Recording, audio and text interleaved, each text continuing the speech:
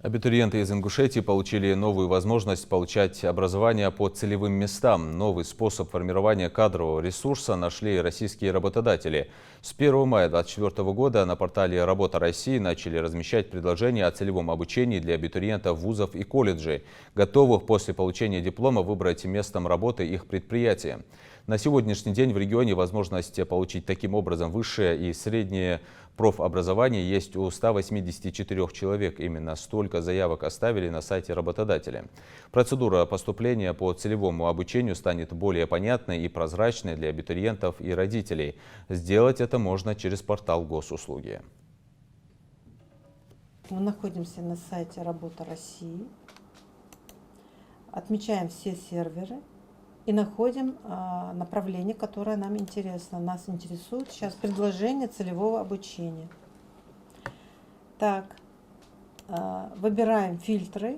В фильтрах обозначаем регион трудоустройства, это Республика Ингушетия. И все заявки, поданные работодателями Республики Ингушетия, выставлены. И вот, пожалуйста, идет демонстрация. Вы просто подаете, заходите на портал и подаете заявку. А здесь уже весь алгоритм действий полностью прописан. Дав согласие на целевое обучение, будущий работник предприятия перед поступлением в колледж или вуз подписывает договор с потенциальным работодателем, благодаря чему получает бесплатное образование.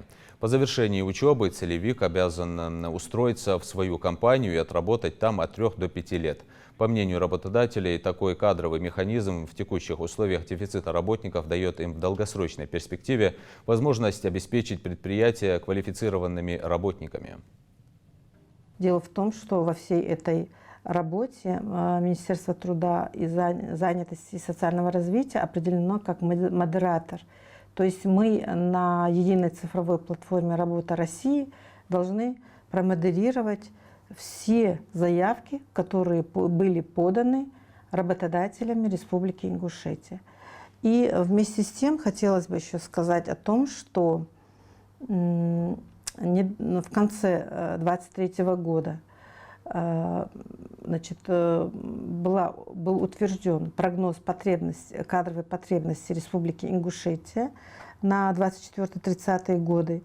И эта потребность, прогнозная потребность, составила 2074 человека. То есть все работодатели заявили потребность на ближайшие 6 лет.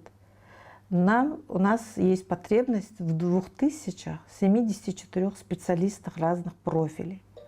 В том числе, если учесть вот этот период, 29-30 годы, на момент выхода вот этих студентов, которые в этом году будут поступать, они будут уже выпускниками, и тогда там уже потребность вот в этом году, 29-30, составляет 178 единиц.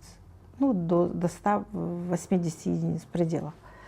Поэтому эти оба документа, они как бы взаимодополняют друг друга. Конечная цель этого постановления максимально удовлетворить кадровую потребность в специалистах Республики Ингушетия.